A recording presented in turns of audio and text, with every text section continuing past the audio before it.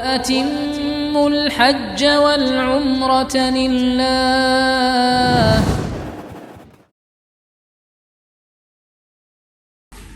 بسم الله الرحمن الرحيم. السلام عليكم ورحمة الله وبركاته. إن الحمد لله نحمده ونستعينه ونستغفره ونعوذ بالله من شرور أنفسنا ومن سيئات أعمالنا. من يهده الله فلا مضل له ومن يضلله فلا هادي له. أشهد أن لا إله إلا الله وحده لا شريك له وأشهد أن محمدا عبده ورسوله لا نبي بعد. اللهم صل على محمد وعلى آله وأصحابه أجمعين. Kita lanjutkan kembali kajian kita masih dalam permasalahan wudu. Secara garis besar kita sudah pelajari kemarin dalam hadis Umran. Nah, hadis Umran inilah hadis yang paling lengkap dengan hadis yang berkaitan dengan wudu. Hadis Umran dari Bukhari Muslim. Bukhari Muslim meriwayatkan hadis ini dari Umran, dan ini adalah cara berwudu yang paling lengkap yang diajarkan oleh Utsman. Kita lanjutkan agak lebih cepat hadis-hadis yang mendukung hadis yang kemarin kita pelajari, agar supaya minggu besok kita insya Allah memasuki tentang sholat. Hadis berikutnya, An Ali radhiyallahu anhu qala fi sifati wudu'in Nabi. Dari Ali, mudah-mudahan Allah Subhanahu wa taala meridhoinya, dalam sifat wudu'nya. Qala, Ali mengatakan, wa masaha bi ra'sihi wahidah. Ali mengatakan adalah Rasulullah menyapu kepalanya satu kali. Jadi yang lainnya tiga kali, adapun menyapu kepala itu adalah satu kali. Ini adalah dalilnya. Dalilnya adalah hadis Ali. Nah, jadi menyapu kepala itu bukan tiga kali, tapi adalah satu kali. Hadis berikutnya, Abdullah bin Zaid bin Asim radhiyallahu anhu, dari Abdullah bin Zaid bin Asim, mudah-mudahan Allah Subhanahu wa taala meridai mereka berdua, fi sifati wudu'in Nabi, dalam sifat wudu Nabi, wa masaha Rasulullah bi ra'sihi fa aqbala bi yadihi wa adbara. Adalah Rasulullah sallallahu alaihi wasallam menyapu kepalanya. Fa aqbala, dimulai dari depan sampai belakang. Bada'a bi muqaddami ra'sihi, dimulai dari rambut yang paling depan, hatta dhahaba bihima ila qafahu, sehingga dua telapak tangannya sampai ke tengkuknya. Thumma raddahuma ila makanil ladzi bada'a minhu, kemudian dikembalikan kepada semula. Nah, itu yang kemarin kita praktekkan. Ambil air dengan dua tangan, telapak tangan, lalu ditemukan jari jemari, dimulai dari ujung dari tumpu rambut depan, disapu sampai ila qafahu, sampai tengkuk, lalu dikembalikan kepada tempat semula. Nah, hanya sebatas ini dalilnya, hanya sebatas itu. Dimulai dari depan, sapu sampai tengkuk, balik lagi ke depan. Kalau untuk yang botak, ini kan udah habis nih, cuma tumpu rambutnya kan bagian sini. Itu dimulai dari sini, tetap dari depan. Secara uruf. Tadinya sebelum botak itu di mana? Oh, sebelum botak. Ya, nah itu ya. Nah, jadi tadi menerangkan dalil bagaimana menyapu kepala yang dari depan sampai balik lagi ke depan, ya. Nah, pada hadis berikutnya dari Abdullah bin Amr radhiyallahu anhu, mudah-mudahan Allah Subhanahu wa taala meridainya, mereka berdua, fi sifatil wudu, dalam masalah sifat wudu Nabi. Tsumma masaha bi ra'sihi, kemudian Rasul menyapu kepalanya. Tadi menyapunya berapa? Satu kali dalam hadis yang sudah lewat. wa adkhala isbi'aihi sabbahain fi udhunai, dan Rasul memasukkan sabbahain, dua telunjuk. Rasul memasukkan dua telunjuknya fi udhunai, ke lubang telinganya, wa masaha bi ibhamaihi zahira udhunai, dan dia menyapu dengan dua ibu jarinya luar telinganya. Nah, ini dalilnya. Jadi setelah disapu begini lalu balik ke depan, nah telunjuk masuk ke telinga, lubang telinga, ibu jari menyapu luar telinga. Nah, ini dalilnya. Agama kita ini semua ibadah pasti ada dalilnya, dan itu tugas kita mencari dalilnya. Maka ini adalah hanya secara singkat saja supaya diketahui dalilnya, pernah didengar dalilnya, itu adalah kewajiban kita. An Nabi Hurairah radhiyallahu anhu qala qala Rasulullah sallallahu alaihi wasallam, Rasulullah sallallahu alaihi wasallam bersabda, "Idza istayqadha ahadukum min manamihi falyastanthir thalatha fa inna syaitana yabitu ala khaysumatihi." Kalau kalian habis bangun tidur, yastanthir thalatha, hendaklah ia memasukkan air ke dalam hidungnya 3 kali. Kenapa? Fa inna syaitana yabitu ala khaysumatihi, syaitan tidur di lubang hidungnya. Jadi berarti kalau kita bangun tidur sebelum berwudu ada 2 yang harus dilakukan. Pertama, cuci tangan sebelum mengambil air wudu sampai diyakini dengan bersih. Nanti kita lihat dalilnya kenapa harus cuci tangan. Yang kedua, memasukkan air ke dalam hidung 3 kali sebelum istismar yang berwudu itu. Sebelum mulai berwudu, cuci tangan 3 kali, masukkan air ke dalam hidung 3 kali. Kenapa? Karena Nabi katakan, fa innakum la yadri aina fa inna syaitana yabitu ala khaysumati, karena syaitan tidur di lubang hidung seseorang. Nah, jadi bagi orang yang baru bangun tidur, sebelum berwudu dia cuci tangannya, lalu baru dia memasukkan air ke dalam hidungnya 3 kali.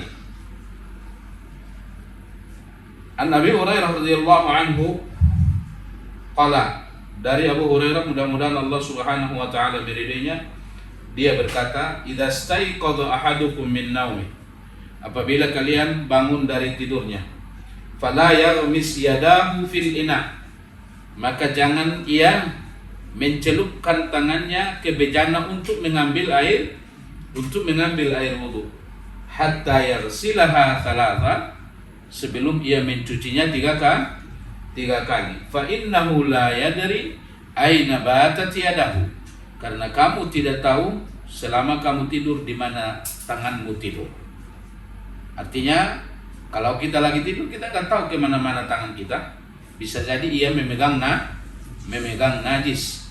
Kalau dia memegang najis, kita bangun langsung mengambil air wudu dengan tangan, maka bisa saja ini air bercampur dengan najis. Nah, maka dari itu Nabi SAW katakan, apabila kalian bangun dari tidur, tidak boleh langsung menyelupkan tangan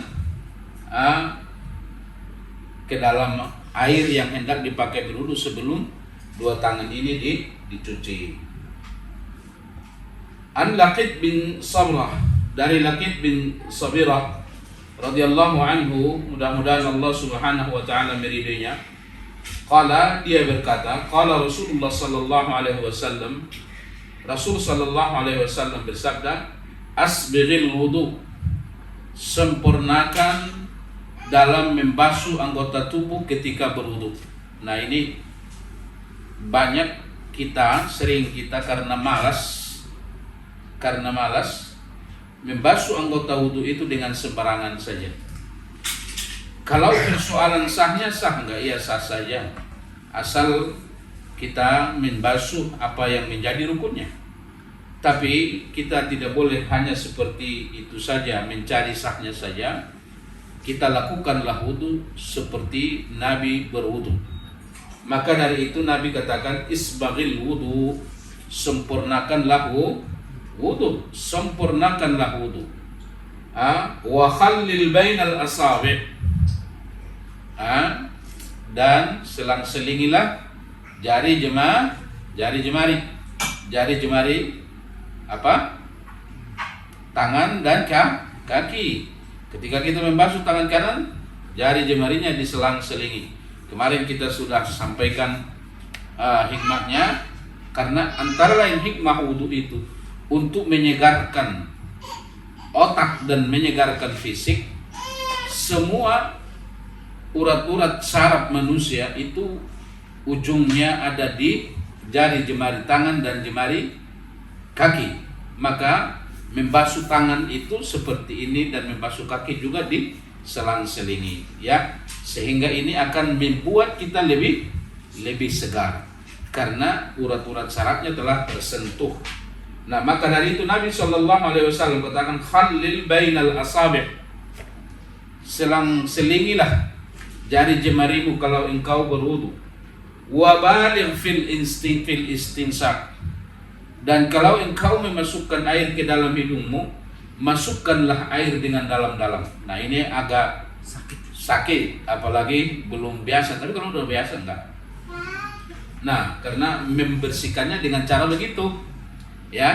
Kemarin caranya bagaimana? Diambil air dengan tangan kanan, dihisap dengan hidung, lalu disemburkan. Kita memegang hidung dengan tangan kiri, mengambil air dengan tangan kanan, dihisap dengan hidung, lalu disemburkan sambil kita memegang hidung dengan tangan kiri.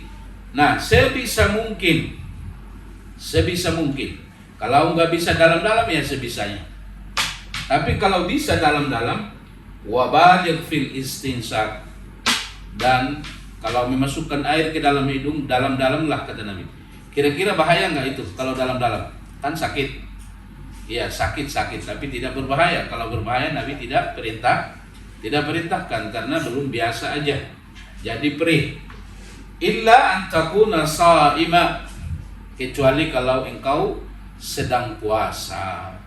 Nah, jadi kalau sedang puasa, boleh nggak memasukkan air ke dalam hidung? Ketika mau berwudu, boleh, tapi tidak boleh dalam-dalam. Kenapa tidak boleh dalam-dalam?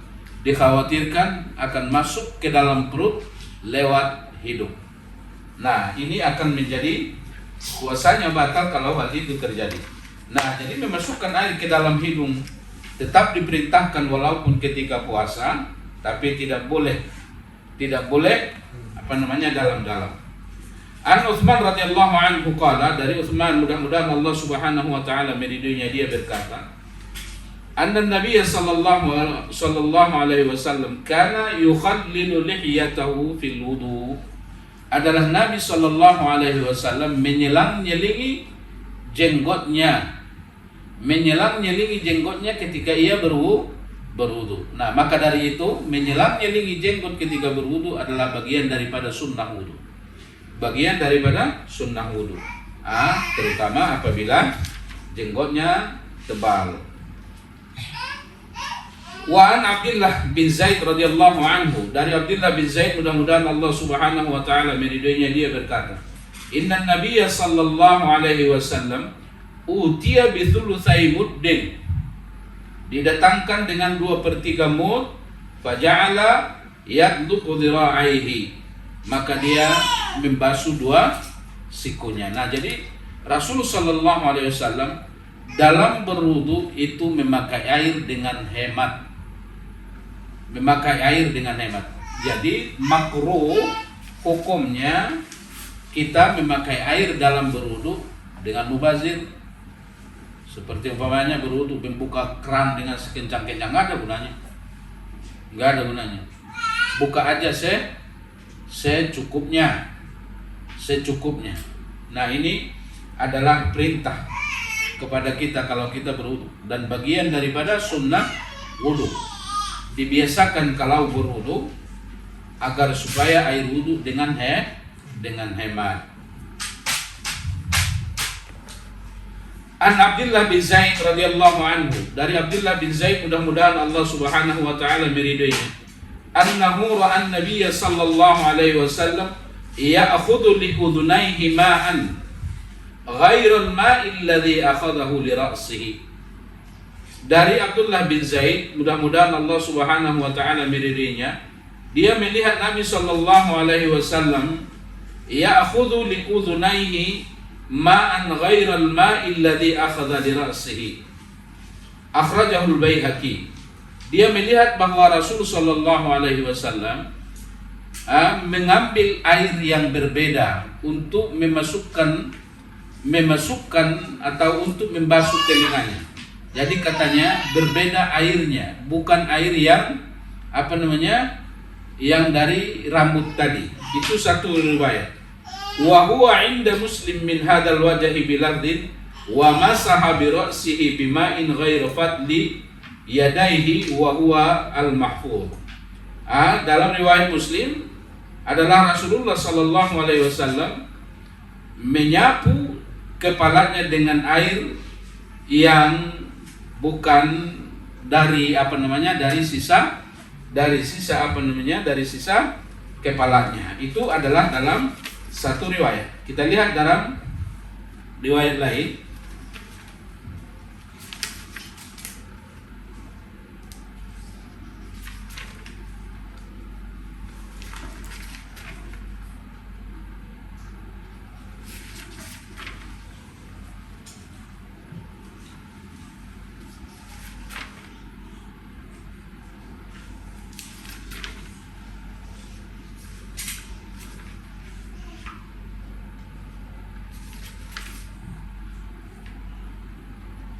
Belum ketemu hadisnya.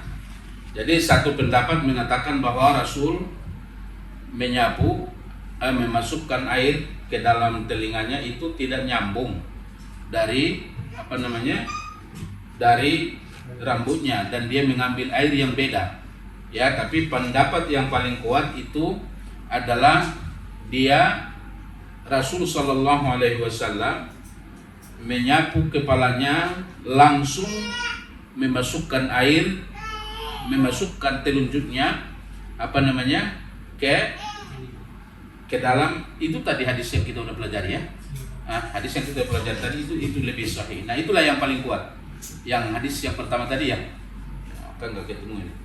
Nah, jadi ada yang mengatakan bahwa menyapu kepala itu sendiri. Nah, selesai, lalu ambil air dan sapu, basuh telinga. Akan tapi yang paling kuat hadisnya, nah itu tadi yang pertama kita pelajari, Rasul sallallahu alaihi wasallam menyapu kepalanya, lalu kembali ke depan, langsung telunjuknya ke lubang telinga dan ibu jari menyapu luar telinganya. Itu adalah yang paling sahih dan yang paling disepakati oleh ulama. An Nabi Hurairah radhiyallahu anhu qala sami'tu Rasulullah sallallahu alaihi wasallam yaqul inna ummati ya'tuna yaumal qiyamah ghurral muhajjilin min atharil wudu. Kata Nabi, nanti umatku pada hari kiamat akan datang dengan memancarkan cahaya di anggota tubuhnya, di anggota wudunya. Faman istata'a minkum ayyutilla ghurratahu falyafa'. Siapa di antara kalian yang ingin memanjangkan cahayanya, maka hendaklah ia melakukannya. Ini juga terjadi perbedaan. Nabi katakan nanti hari kiamat, sebagaimana yang kemarin kita pelajari, Nabi katakan, aku ingin bertemu dengan saudaraku. Kata sahabat, bukannya kami saudaramu ya Rasulullah? Kata Rasul, kalian bukan saudaraku, kalian adalah sahabatku. Kalian adalah sahabatku. Saudaraku adalah orang yang datang setelah aku, tidak bertemu dengan aku tapi dia beriman. Nah, itu kita itu. Ya. Nah, sahabat bertanya, bagaimana engkau tahu kalau mereka itu adalah saudaramu? Nah, Nabi katakan, aku tahu dengan Anggota tubuh mereka yang mereka basuh ketika berwudu itu memancarkan cahaya nanti di hari kiamat. Nah, nanti di hari kiamat antara lain kejadian yang akan terjadi adalah umat Muhammad sallallahu alaihi wasallam adalah umat yang paling pertama dihisab. Umat Muhammad adalah umat yang paling pertama dihisab. Maka kan di akhirat nanti itu manusia berbaris. Siapa di barisan terdepan? Di barisan terdepan adalah umat Muhammad. Dari mana kita tahu bahwa dia adalah umat Muhammad? Bagaimana manusia-manusia yang lain dari awal sampai akhir tahu bahwa orang itu adalah umat Muhammad?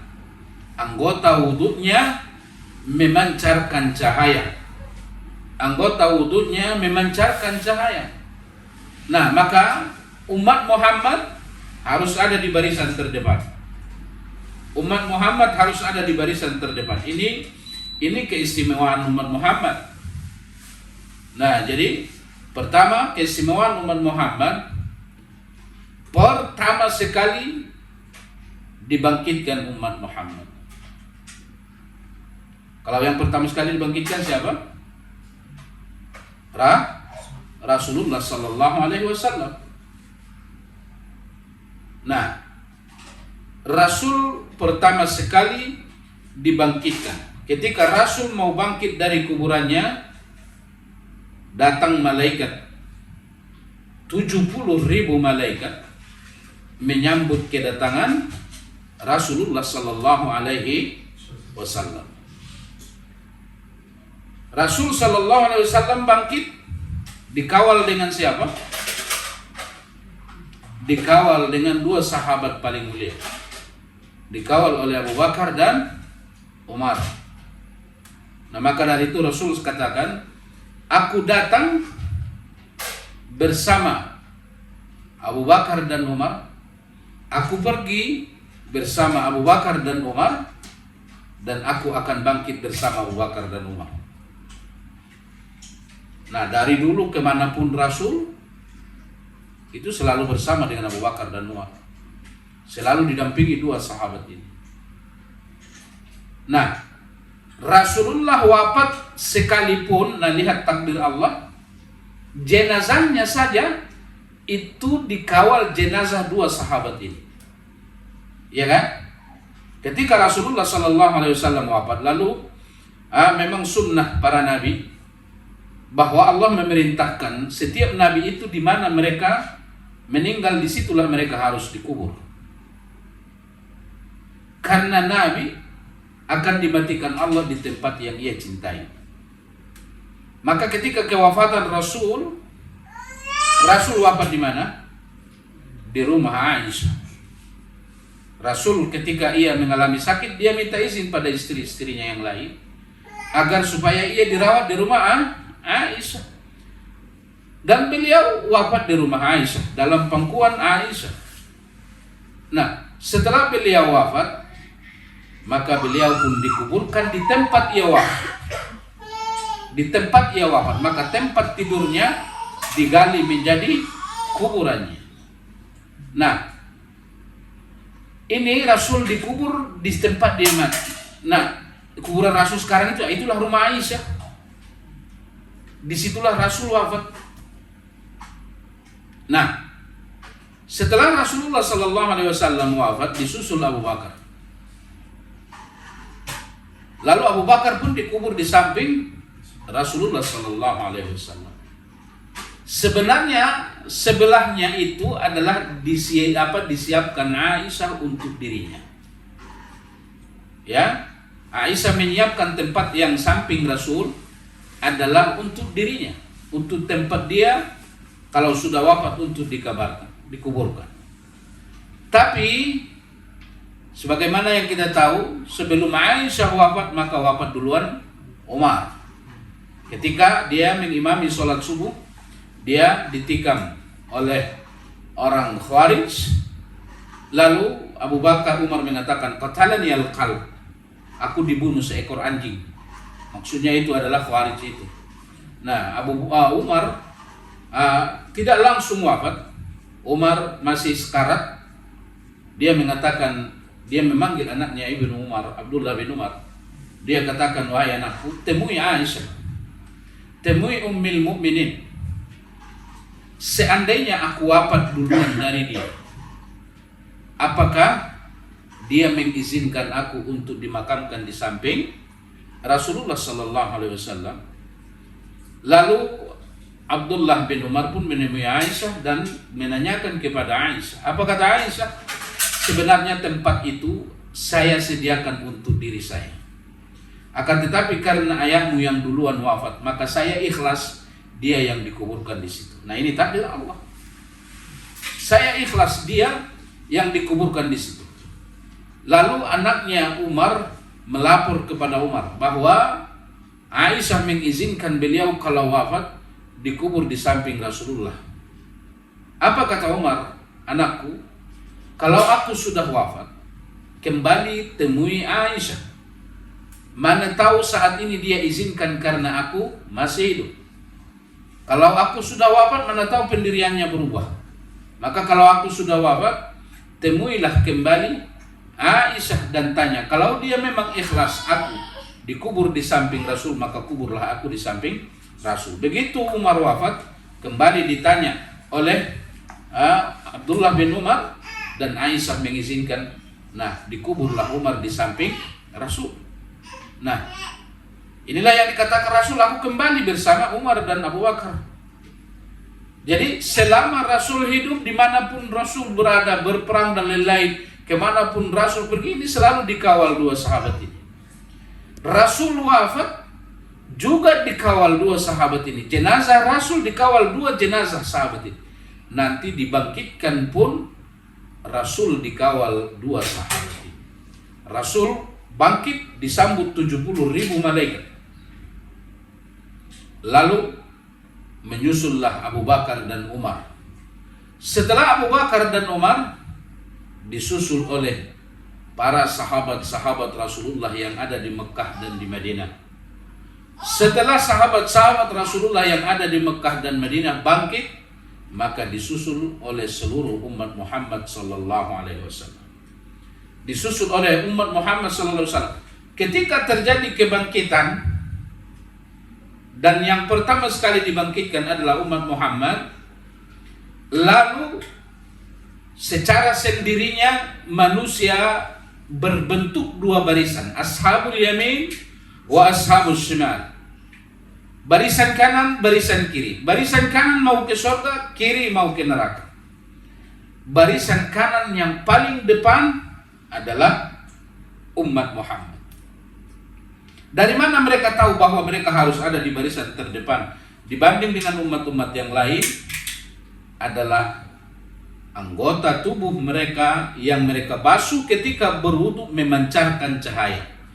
Seperti yang kita katakan kemarin, tidak ada umat yang dahulu yang memiliki syariat berwudu. Ini adalah syariat umat Muhammad sallallahu alaihi wasallam. Maka ini sekaligus menjadi tanda nanti di akhirat kalau itu orang adalah umat Muhammad, maka mereka ada di saf yang pertama, mereka dihisab pertama sekali, mereka melewati sirat pertama sekali, umat Muhammad pertama sekali masuk ke dalam surga, dan umat Muhammad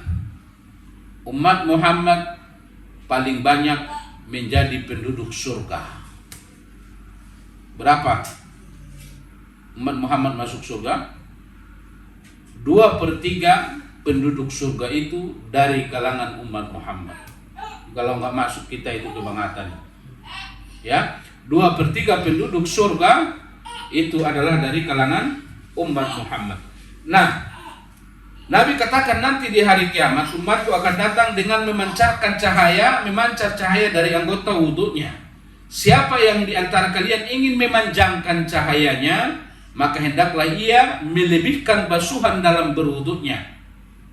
Nah, maka ini terjadi khilafiyah. Sebagian ulama mengatakan kalau berwudu maka basuhlah anggota wudu melebihi dari apa yang dikatakan Rasul, supaya lebih luas nanti cahayanya.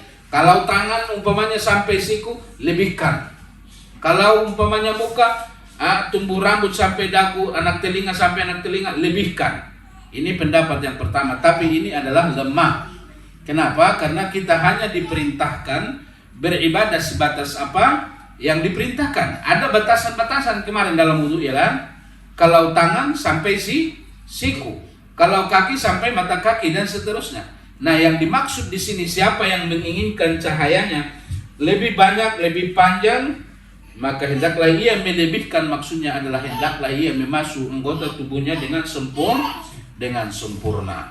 Hendaklah ia membasuh anggota wudunya dengan sempurna. Jadi bukan melebihkan basuhan maksudnya.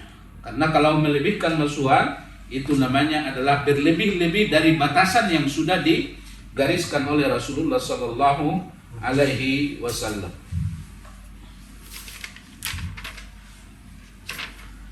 An Aisyah radhiyallahu anha qalat kana Rasulullah sallallahu alaihi wasallam yujibu tayammun fi tana'ulihi wa tarajjulihi wa tuhurihi. Aisyah radhiyallahu anha mengatakan bahwa Rasul sangat mencintai yang mengkanan-kanani, baik itu di dalam memakai sendal, baik itu di dalam berwudu. Rasul sangat mencintai mengkanan-kanan. Nah, maka dari itu kalau mau pakai sendal duluan kaki, kalau mau pakai baju duluan tangan kanan. Yang mengkiri-kirikan itu kesenangan syaitan. Ya. Maka kalau syaitan pakai sendal nggak? Syaitan pakai sendal nggak? Syaitan pakai sendal. Tapi sendal syaitan itu hanya sebelah. Syaitan memakai sendal hanya sebelah. Kaki yang mana? Kaki yang kiri. Maka Nabi katakan kalau sendalmu putus, udah sekalian jangan pakai. Ya, kita suka begitu nggak Pak? Udah putus sendal sebelah, yang sebelahnya masih dipakai. Nggak boleh. Kalau udah putus satu, baik yang kanan baik yang kiri, udah copot dua-duanya. Karena yang memakai sendal sebelah hanya syaitan. Ya, yang memakai sendal sebelah hanya syaitan. Dan syaitan memakai sendal pakai kaki kiri, bukan kaki kanan. Yang pakai kanan itu adalah umat Islam. Agama kita sangat menyenangi yang kanan. Nah, maka memakai sendal pakai kanan, mencopotnya duluan kaki kiri, baju juga begitu, masuk ke masjid juga pakai kaki kanan, dan seterusnya. Ya, yang yang kalau makan pakai kanan. Ini hati-hati. Pernah seseorang dilihat Rasul makan pakai tangan kiri.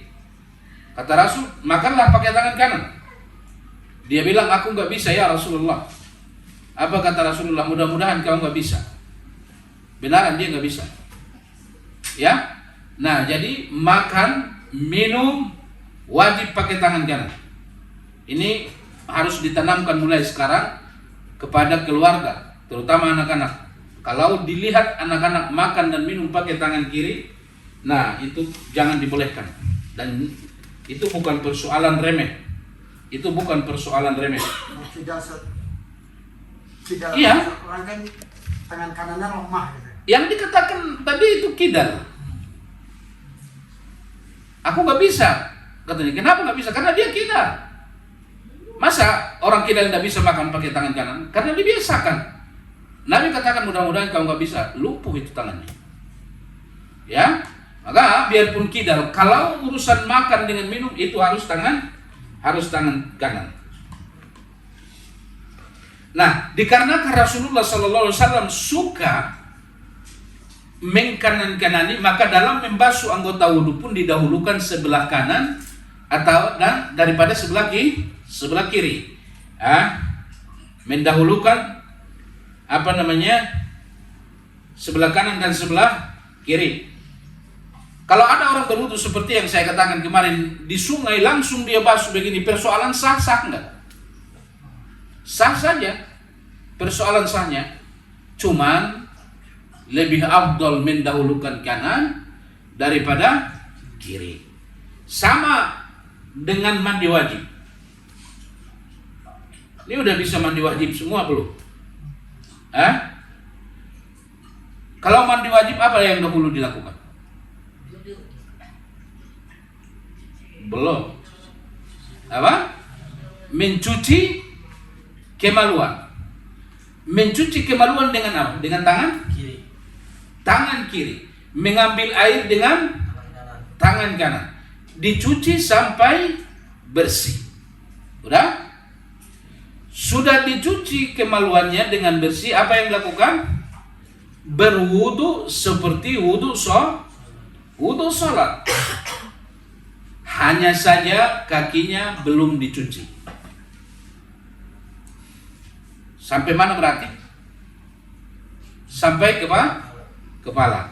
Nah, kalau udah sampai kepala, jangan dulu membasuh kaki. Itu yang paling afdal. Lalu setelah kita berwudu seperti wudu sholat, kaki dibelakangkan, nanti dicuci setelah selesai mandi. Apa yang dilakukan? Menyiram tubuh dengan air yang sebelah kanan. Berapa kali? 3 kali. Baru sebelah kiri 3 kali. Lalu setelah itu baru diguyur semua anggota tubuh dan mandilah sebersih mungkin. Sudah selesai mandi, apa lagi? Barulah cuci kaki kanan sampai mata kaki, cuci kaki kiri sampai mata kaki 3 kali. Selesai. Haruskah berwudu kembali kalau mau sholat? Cukup nggak wudu di awal mandi wajib tadi untuk sholat? Cukup. Kalau pipis lagi. Selama ia masih dalam proses mandi, dia pipis dalam ketika ia mandi, apakah itu membatalkan wudu itu? Tidak, karena dia belum selesai mandi. Maka tadi kita katakan ya sama aja kalau kita lagi mandi kita memegang kemaluan, kita mencucinya lagi, kan seharusnya itu membatalkan wudu, ya kan? Termasuk dia kencing lagi ketika dia sedang proses mandi. Apakah itu membatalkan wudu? Enggak, karena proses mandi belum selesai. Nah, kalau sudah selesai, dia pegang kemaluannya ya batal. Dia kencing lagi ya batal. Tapi kalau dia sudah selesai mandi, dia cuci kaki kanannya sampai mata kaki 3 kali, kaki kiri sampai mata kaki 3 kali, lalu dia tidak melakukan hal-hal yang membatalkan wudu, haruskah dia berwudu lagi kalau dia mau sholat? Ya tidak. Kenapa? Karena mandi wajib menghilangkan hadas besar. Adapun wudu menghilangkan hadas kecil. Secara otomatis hukumnya mandi itu lebih besar daripada berwudu. Maka nggak perlu lagi berwudu. Itu sudah cukup untuk wudu ketika hendak mau sholat, kecuali wudunya batal sebelum ia melakukan salat. Nah, jadi kita kalau berwudu itu adalah mendahulukan kanan dari kiri. Itu apakah menentukan sah atau tidak sahnya? Tidak, itu adalah hanya sunnah saja dalam berwudu. Ya. Tadi salat junub ya. Kemudian kalau kita mau sholat Jumat itu disunahkan untuk mandi. Ya. Nah, apakah perlakuannya sama juga? Jadi kita tidak perlu lagi berwudu ketika kita setelah selesai sholat mandi untuk yang disunnah sholat Jumat. Terjadi khilafiyah sebagian ulama, termasuk ulama kita Hasan, ya, ulama orang Persis Hasan, dia mengatakan mandi sholat Jumat itu sama dengan mandi junub. Tapi itu pendapat yang lemah. Ya, mandi junub itu sebabnya adalah karena dia jatuh kepada hadas besar. Mandi junub itu adalah karena ia jatuh pada hadas besar. Jatuh pada hadas besar, membersihkannya adalah dengan mandi. Jatuh pada hadas kecil, membersihkannya dengan wudu. Adapun mandi pada hari Jumat itu adalah sekedar sunnah saja. Adalah sekedar sunnah. Maka hukum mandi sunnah hari Jumat tidak sama dengan hukum mandi janabah. Ya. Jadi kalau mandi sunnah itu tidak tidak dengan memulai dengan wudu, tidak hanya dengan niat saja. Kalau ada orang mandi hari Jumat, dia mulai dari pagi, dia umpamanya pagi hari Jumat dia mandi dengan niat mandi sunnah, maka itu sudah tercapai dan dia tidak harus melakukan wudu itu dengan cara mandi wajib. Tidak, itu lemah. Tapi ada sebagian yang mengatakan begitu, termasuk Hasan, ulama orang Persis. Dia mengatakan kalau mandi mandi sunnah Jumat itu harus berwudu, diawali dengan wudu. Tidak ya. An Abi Hurairah radhiyallahu anhu qala Rasulullah sallallahu alaihi wasallam, la wudu'a liman lam yadhkur ismallahi alaihi. Tidak sah wudu kalau tidak mengucapkan bismillah. Tidak sah wudu kata Rasulullah sallallahu alaihi wasallam kalau tidak mengucapkan bismillah. Tapi hadis ini sebagian ulama mengatakan adalah dhaif. Nah, bismillah dia bukanlah merupakan syarat sahnya wudu, tapi dia adalah merupakan sunnahnya wudu saja. Nah, kalau kita sudah berniat untuk melakukan wudu, maka berbismillah. Cuman kemarin kita sudah sampaikan kalau berbismillah itu tidak boleh di kamar mandi. Tapi boleh nggak berwudu di kamar mandi? Boleh. Sebagian orang sembarangan berfatwa katanya nggak boleh berwudu di kamar mandi. Boleh aja berwudu di kamar mandi. Cuman kalau di kamar mandi tidak boleh mengucapkan bismillah. Kalau begitu di mana saya mengucapkan bismillahnya?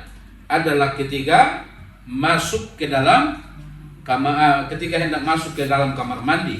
Ketika masuk ada di pintu kamar mandi, ya udah ucapkan bismillah. Nah, disitulah waktunya kita mengucapkan bismillah. Kita persingkat. An Umar radhiyallahu anhu qala, dari Umar, mudah-mudahan Allah Subhanahu wa taala meridhoinya, dia berkata, "Ma minkum min ahadin yatawadda fayusbighul wudu." Siapapun di antara kalian yang berwudu lalu dia menyempurnakan wudunya, dia berwudu sesuai dengan apa yang diajarkan Rasul, seperti yang kita sudah bicarakan tadi. Thumma yaqulu asyhadu an la ilaha illallah wahdahu la syarikalah. Setelah ia berwudu dia berkata, asyhadu an la ilaha illallah wahdahu la syarikalah wa asyhadu anna Muhammadan abduhu wa rasuluh. Dan aku bersaksi bahwa Muhammad adalah hamba dan rasulnya. Illa futihat lahu abwabal jannah ats-tsamaniyah. Dibukalah pintu surga yang 8 itu untuknya. Yadkhulu min ayyiha sya'a. Dia dipersilahkan masuk dari pintu mana saja ia suka. Gampang nggak ini ibadahnya? Nah, jadi kita sudah berwudu, nanti kita akan lihat bagaimana fadilah wudu itu. Dan kita sudah bicarakan kalau nggak salah, kalau dibasuh muka maka hanyutlah dosa karena muka bersama tetesan air wudu yang membasuh muka. Begitulah seterusnya. Nah, jadi kalau kita sudah berwudu, maka dengan wudu itu hapuslah dosa kita. Dosa mana itu maksudnya? Ya, dosa kecil. Tapi kira-kira banyakan mana, dosa kecil atau dosa besar? Kecil. Dosa kecil ya, dosa kecil. Nah, dosa besar bisa diampunkan dengan bertaubat dan bisa saja dengan ibadah. Kalau ibadahnya keikhlasannya bagus, seperti seorang pelacur yang memberi seekor anjing sedekah, dosanya dimaafkan Allah. Dosa apa itu? Berzina. Dosa besar nggak? Nah, maka dari itu ibadah secara rumus ulama mengatakan nggak bisa menghapuskan dosa besar. Tapi kalau keikhlasannya bagus, ibadahnya bagus mutunya, maka dia bisa menghapuskan dosa dengan dalil hadis perempuan pelacur itu. Nah, kalau kita berwudu maka hanyutlah dosa-dosa kita dengan wudu itu. Nah, inilah indahnya ajaran agama kita.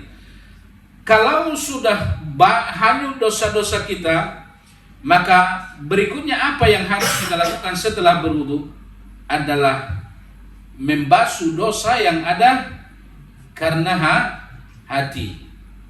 Karena hati. Nah, maka dari itu Nabi katakan siapa yang sudah selesai berwudu dia mengatakan asyhadu an la ilaha illallah wa asyhadu anna Muhammadan abduhu wa rasuluh. Allahumma ja'alni minat tawabin wa ja'alni minal mutatahhirin. Apa kata Nabi? Dibukalah pintu surga yang 8 itu untuknya dan kelak di akhirat dipersilahkan dari pintu mana saja ia ingin masuk. Luar biasa enggak fadilahnya? Luar biasa. Maka jangan remehkan ini. Tapi banyak enggak kita remehkan ini? Udah berwudu tanpa doa sering enggak? Sering ya kan? Nah, jangan lupa berwudu. Nah, ini sangat mudah. Sebenarnya sangat mudah untuk mendapatkan ampunan Allah. Nah, inilah antara lain ibadah yang harus kita rutinkan. Ibadah yang harus kita rutinkan. Banyak-banyak berwudu dan berwudu dengan baik. Usahakan jangan putus wudu.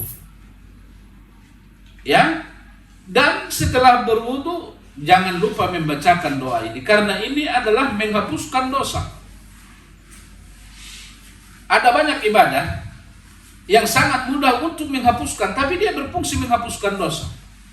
Apalagi antara lain setelah berwudu dan berdoa setelah berwudu. Nah, kita berwudu dengan baik itu mau sholat ataupun tidak mau sholat, biasakan berwudu. Jadikan ini suatu ibadah yang terus menerus. Setelah berwudu, ya berdoa tadi. Asyhadu an la ilaha illallah wa asyhadu anna Muhammadan abduhu wa rasuluh.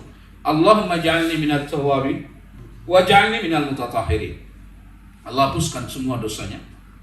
Lalu Allah bukakan pintu kelak dia di surga dari pintu mana saja yang dia mau. Terus pengampun dosa yang sangat luar biasa apalagi? Subhanallahi wa bihamdi.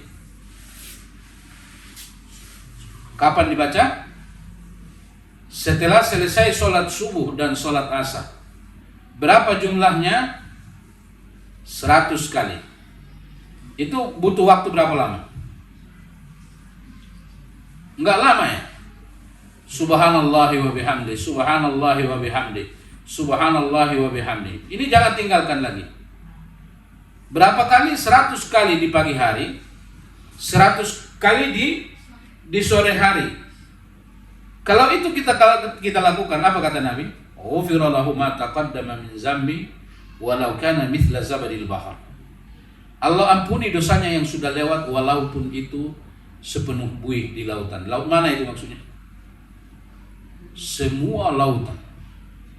Kalau itu orang punya dosa sepenuh buih di seluruh lautan, ghufira lahu ma taqaddama min zambi. Allah ampuni dosanya. Kalau dia ucapkan apa tadi? Subhanallah wa bihamdi 100 kali kapan? Di pagi hari, 100 kali di sore hari. Itu mudah. Ba'da asar. Ya, ba'da asar atau ba'da subuh. Kalau asar kelewat boleh setelah maghrib. Sama dengan zikir pagi dan sore ya. Seterusnya apalagi pengampun dosa yang sangat luar biasa setelah wudu dan berdoa setelah wudu tadi lalu mengatakan subhanallah wa bihamdi adalah mengucapkan subhanallah 33, alhamdulillah 33, Allahu akbar 33, ditutup dengan la ilaha illallah setiap selesai salat yang wajib. Kalau setelah selesai sholat sunnah tidak ada zikir kecuali istighfar dan Allahumma antas salam. Setelah selesai sholat apa saja, asalkan itu sholat yang sunnah, zikirnya hanya singkat. Astaghfirullah, astaghfirullah, astaghfirullah, baru Allahumma antas salam wa minkas salam tabarakta ya dzal jalali wal ikram. Hanya itu zikir sholat sunnah. Adapun zikir setelah sholat wajib yang paling penting adalah Subhanallah 33, Alhamdulillah 33, Allahu Akbar 33, ditutup dengan la ilaha illallah genap 100. Saya udah jelaskan kemarin cara menghitungnya, jangan salah. Ya, karena di sini bentuk penting masalah jumlah. Kalau ini dilakukan apa kata Nabi? Ghufira lahu ma taqaddama min dzambih walau kana mithla zabadil bahr. Allah ampuni dosanya yang sudah lewat walaupun itu sepenuh buih di lautan. Nah, jadi kalau udah selesai sholat jangan langsung melompat. Baca zikir itu tidak lama. Ya, itu tidak lama. Apalagi zikir yang harus kita lakukan yang itu adalah menghapuskan dosa. Kalau azan dikumandangkan, ya kan? Muazzin mengatakan Ashhadu anna Muhammadar Rasulullah. Apa jawabnya? Ashhadu anna Muhammadan Rasulullah. Ashhadu anna Muhammadan Rasulullah. Lalu setelah itu tambahi. Apa tambahnya?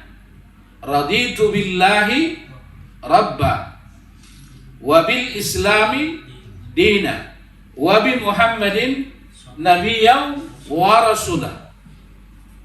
Apa kata Rasul kalau ini kita baca setelah asyhadu anna Muhammadar Rasulullah? Ghufira ma taqaddama min dzambihi walau kana mithla zabadil bahr. Allah ampuni dosanya walaupun itu sepenuh buih di lautan. Mudah nggak itu? Mudah. Kita sampaikan satu lagi zikir yang sangat mudah untuk menghapuskan dosa, dan ini sangat penting karena ini adalah ketika hendak mau tidur. Nabi kalau mau tidur banyak zikirnya. Kenapa? Karena Nabi takut nggak ikut bangun. Satu, yang kedua karena Nabi ingin dijaga Allah. Karena tidak ada kondisi manusia paling lemah kecuali ketika ia tidur. Nah, kata Nabi SAW, siapa yang membaca astaghfirullahalazim alladzi la ilaha illa huwal hayyul qayyum wa atubu ilaih. Mudah nggak? Apa tadi? Astaghfirullahalazim alladzi la ilaha illa huwal hayyul qayyum wa atubu ilaih. Siapa yang membaca ini satu kali ketika hendak tidur, Nabi katakan Allah ampunkan dosanya yang sudah lewat, sekalipun di situ ada dosa lari dari perang. Lari dari perang dosa besar nggak? Dosa besar. Kalau ini dibaca satu kali ketika hendak tidur, maka Nabi katakan Allah ampuni dosanya. Allah ampuni semua dosanya. Sekalipun di situ kata Nabi ada dosa lari dari perang. Nah, ini semua adalah zikir, adalah ibadah yang sangat mudah untuk dilakukan, tapi ini menghapuskan dosa yang sudah lewat. Ya, kita ulang apa tadi? Pertama berwudu dengan baik, lalu setelah itu membaca doa. Apa doanya? Asyhadu an la ilaha illallah wa asyhadu anna Muhammadan abduhu wa rasuluh. Allahumma ja'alni minat tawwabin waj'alni minal mutatahhirin. Lalu apa tadi? Yang kedua? Subhanallah wa bihamdi 100 kali di pagi hari, 100 kali di sore hari.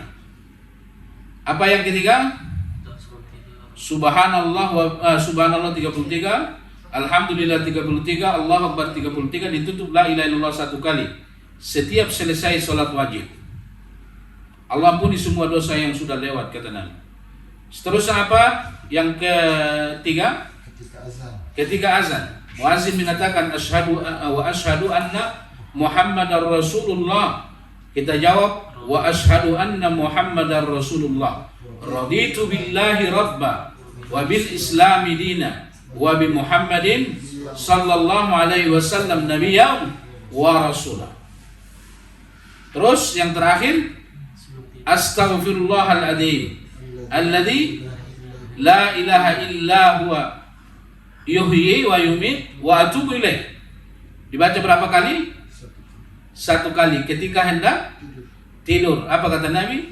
Allah ampunkan dosanya yang sudah lewat, walaupun di situ ada dosa lari dari berperang.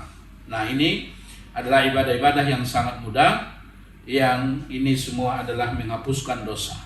Jangan kita tinggalkan, ya, karena dosa kita banyak sekali dan tidak kita pernah berhenti melakukan dosa. Insya Allah pada kesempatan yang akan datang kita akan memasuki tentang sholat. Kita cukupkan sampai situ tentang wudhu. Kalau ada pertanyaan-pertanyaan, ya silahkan. Ya. Ada salah satu kajian yang mengatakan kalau wudhu itu dia mengambil satu air dengan tangan kanan, lalu untuk yang berkumur sama hidungnya itu dalam apa? Ya. Satu air juga itu boleh, Ustaz? Boleh, iya. Ya, satu riwayat begitu, dia ambil dari mulutnya, dia ambil dari tangan kanannya, sebagian diambil mulutnya, dimasukkan ke hidungnya, lalu sisanya dihisap oleh hidungnya, ya.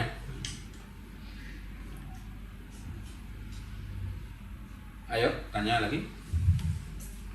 Semua cara yang tadi itu laki perempuan sama kan ya, Ustaz? Sama. Gak ada yang membedakan gitu. Ya, sama. Apa perlu praktek? Boleh, Ustaz. Ada yang lewat, boleh, Ustaz? Hah? Dipraktekin. Ada yang kelewat? Iya, ada beberapa yang nggak ikut. Ya. Boleh. Siapa yang praktek? Ayo, Bapak deh, Pak, ya, Pak. Kok bapak? Gimana? Praktek di sini apa? Ya, di sini agak ke sana perempuan biar lihat semua ya.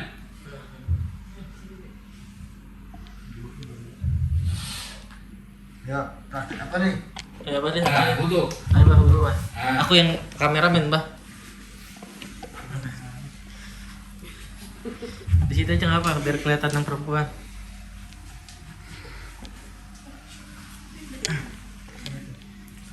Nah, yang pertama apa? Niat. Ya. Apa yang dinamakan niat? Niat di dalam hati. An-niyatu mahalluhal qalb. Niat itu tempatnya di hati. Dan coba perhatikan semua ibadah itu menjadi rukunnya adalah niat. Ya. Tapi yang dimaksud niat itu bukan usolli. Yang dimaksud niat itu bukan nawaitul wudhu, ya. Enggak. Lafaz niat boleh dilapaskan hanya ada dua. Ketika menyembelih kurban dan ketika mulai ihram. Hanya dua itu yang boleh dilafazkan niat. Yang selain itu tidak boleh dilapaskan, hanya cukup di dalam hati. Nah, maksudnya apa itu? Pastikan ibadah yang hendak dilakukan ini karena Allah. Nah, maka yang pertama adalah niat. Yang kedua apa tadi? Bismillah. Nah, kalau kita mau baru bangun tidur, apa yang harus dilakukan? Cuci tangan dulu. Nah, cuci tangan. Kalau bagi orang yang bangun tidur, ya. Nah, setelah itu apa? Tangan, kemudian Memasukkan air ke dalam. berkumur dulu. Enggak, bukan berkumur. Hidung, karena kata Nabi, fa inna syaitana yabitu ala khaysumatihi. Syaitan itu bermalam di lubang hidung seseorang. Nah, itu tadi ya. Nah, kalau tangan tadi apa kata Nabi? Li'annahu la yadri aina batat yadahu. Kau tidak tahu di mana tanganmu tadi tidur. Mungkin dia memegang najis. Nah, maka dari itu kalau kita bangun tidur mau berwudu sebelum memulai membasuh anggota wudu itu, nah dibasuh dulu tangan. Lalu apa setelah itu, Pak? Kemudian menghirup Ya. dengan hidung. Ya. Nah. Dibuatkan. Begitu ya. Kalau nggak tidur Ustaz, langsung kumur gitu. Ya, kalau nggak tidur maka yang dua itu yang masuk Mencuci yang tangan dan- hanya tinggal mencuci tangan. Tapi sebelum mencuci tangan ada lagi nggak kemarin tuh? Laula an asyqa ala ummati la amartuhum Bisiwa. biswak. Ya, kan?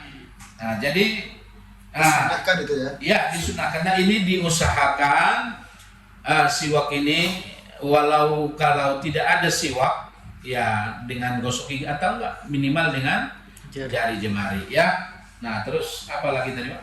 Jadi setelah selesai kita menghirup air dengan hidung dan dibuang, kemudian kita Sunnah lu siwak. tangan. Kemudian setelah itu baru mengambil air untuk kumur-kumur. Ya, Kumur-kumur, kemudian kita semburkan 3 kali Ustaz. kumur-kumur ya. Kumur-kumur itu apa? Tamatmat dalam bahasa Arab, berkumur-kumur. Masukkan air ke mulut lalu guncangkan di dalam mulut. Itu namanya tamatmat, berkumur-kumur ya. Ambil air, kemudian masukin ke mulut, gitu kan. Ya. Setelah itu baru masuk ke ambil air lagi masuk ke hidung, Ya. sampai dalam kalau bisa. Nah, kalau nggak bisa sebisanya Sebisanya, kemudian semburkan semburkan dengan memegang tangan kiri. ya.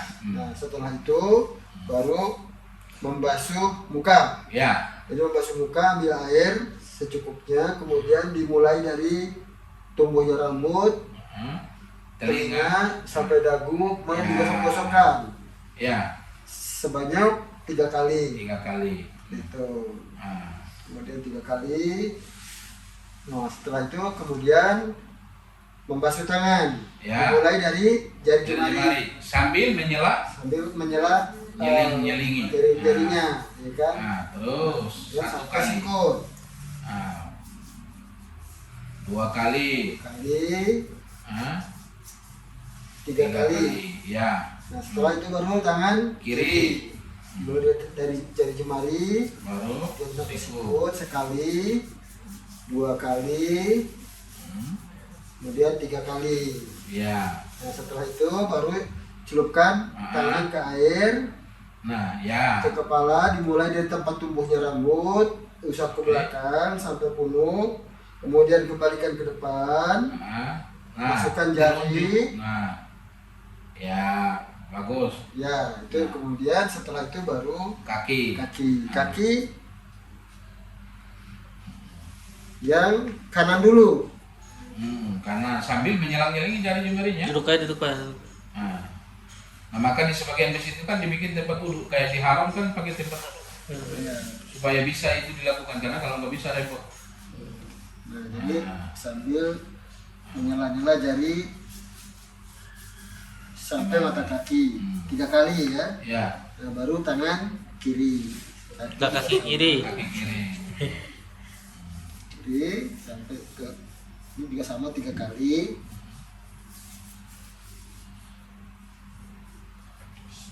Ya. Sudah. Setelah itu baru kita Berdoa. baca asyhadu an la ilaha illallah wahdahu la syarikalah wa asyhadu anna muhammadan abduhu wa rasuluh. Allahumma ij'alni minat tawwabina waj'alni minal mutatahhirin.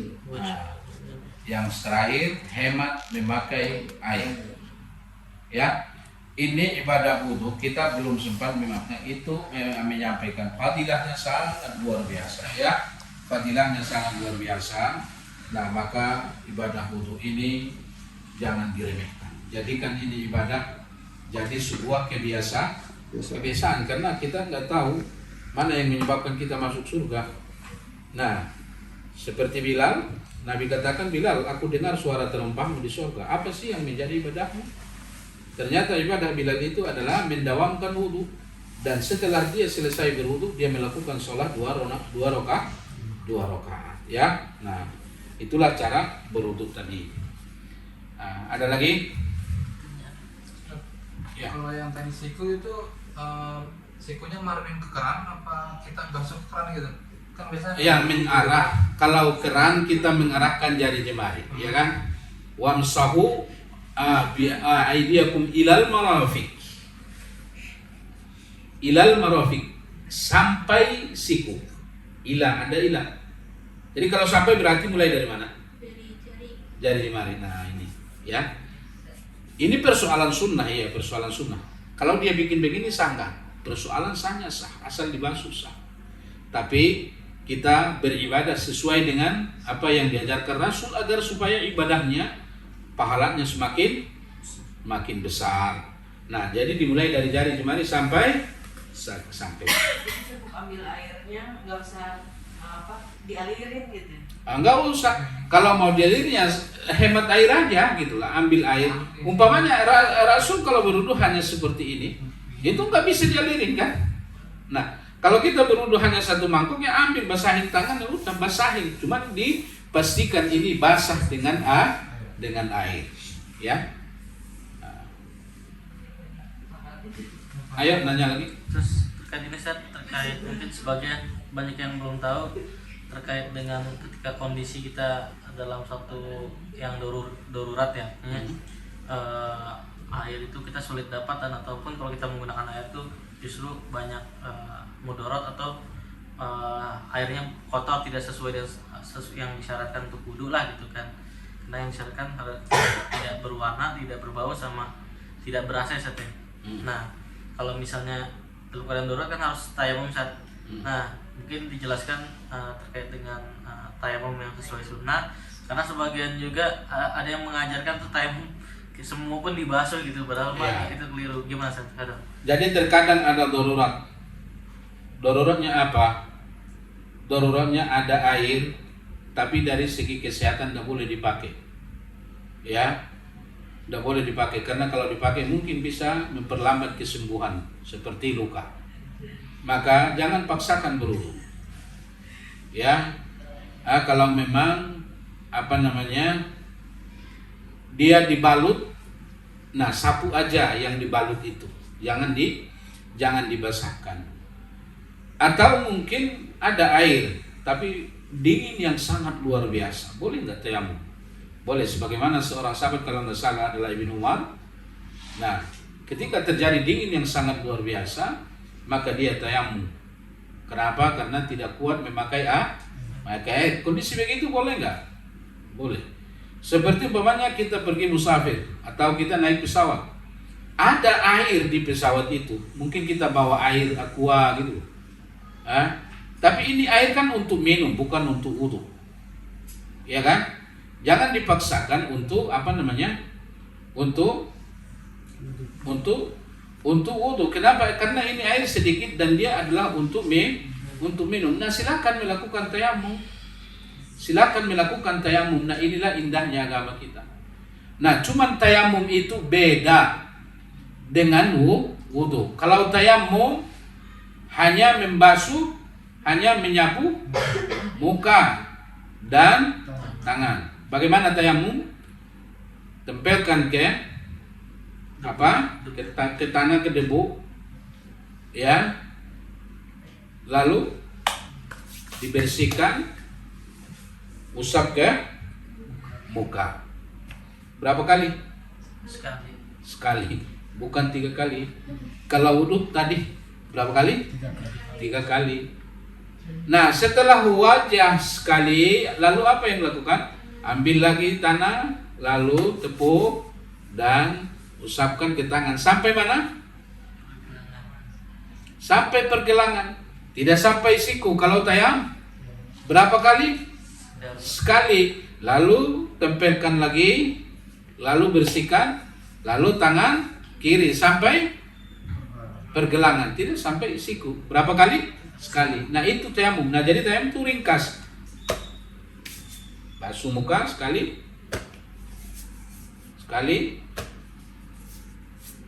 selesai tayamum. Ya. Nah, tayamum boleh menggantikan wudu dengan darurat. Tayamum boleh menggantikan mandi wajib dengan darurat. Kalau mandi wajib bagaimana tayamumnya?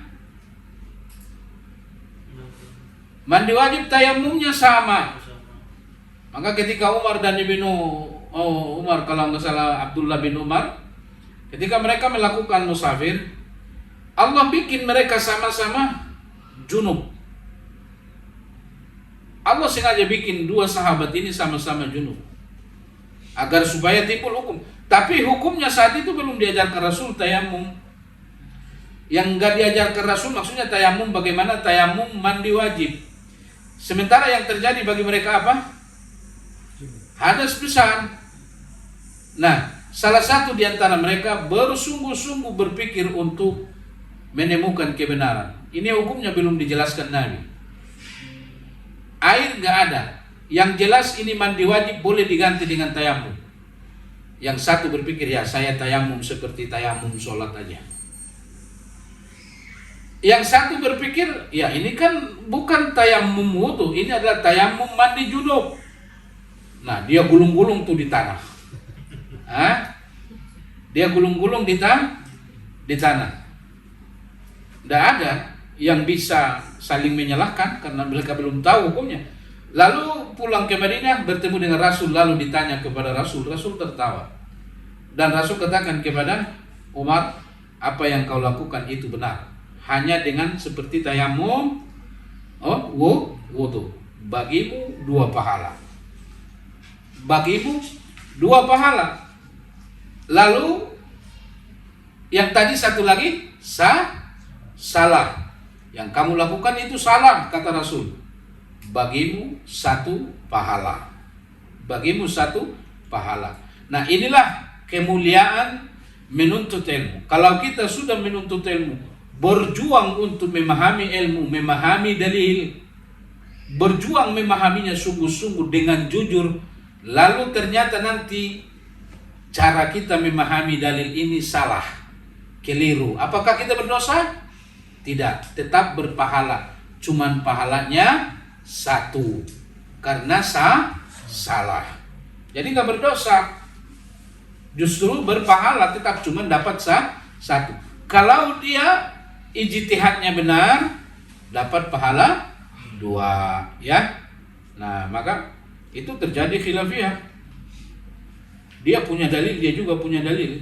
Nah, tentu kan kalau di hadapan Allah nanti ada yang salah, ada yang benar itu. Ya kan? Yang jelas bukan tidak punya dalil, sama-sama ada dalil, cuman dalam memahami dalil ini mereka berbeda. Namanya khilafiyah tanawwu'.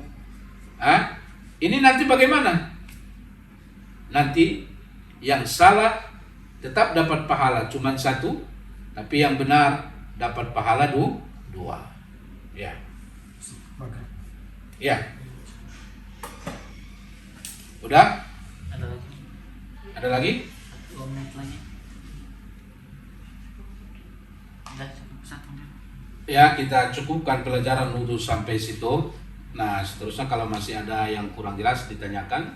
Insya Allah pertemuan yang akan datang kita membahas sholat, dan ini yang akan agak panjang karena kita perlu memahami selain daripada cara-caranya, kita akan mempelajari makna-makna bacaan sholat itu.